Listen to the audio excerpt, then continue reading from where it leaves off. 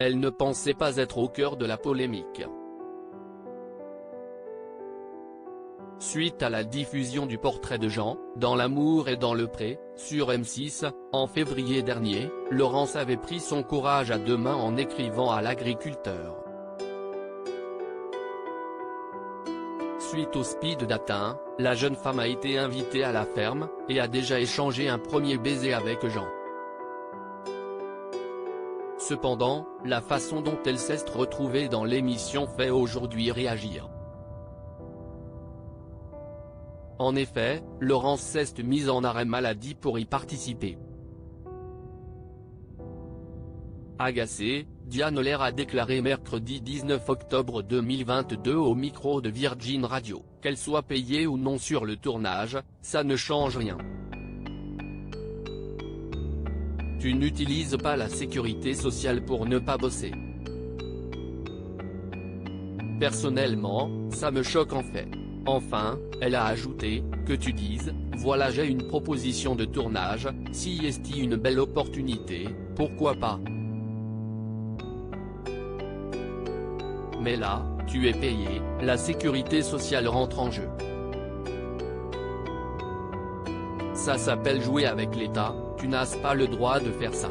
Je trouve ça dégueulasse juste pour faire une émission télé. Pour Charente Libre, le maire de Saint-Thiriet, Jean-Jacques Fournier, avait déploré, elle aurait pu et dû être transparente.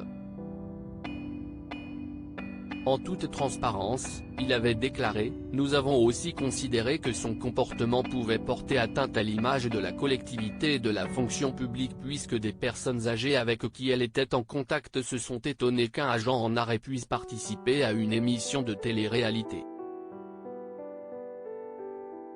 De son côté, Laurence, dépassée par les événements, avait indiqué au journal, si est allait beaucoup trop loin. Il faut que ça s'arrête. Je suis dépassée. Si je pouvais remonter le temps, je ne referais pas cette émission.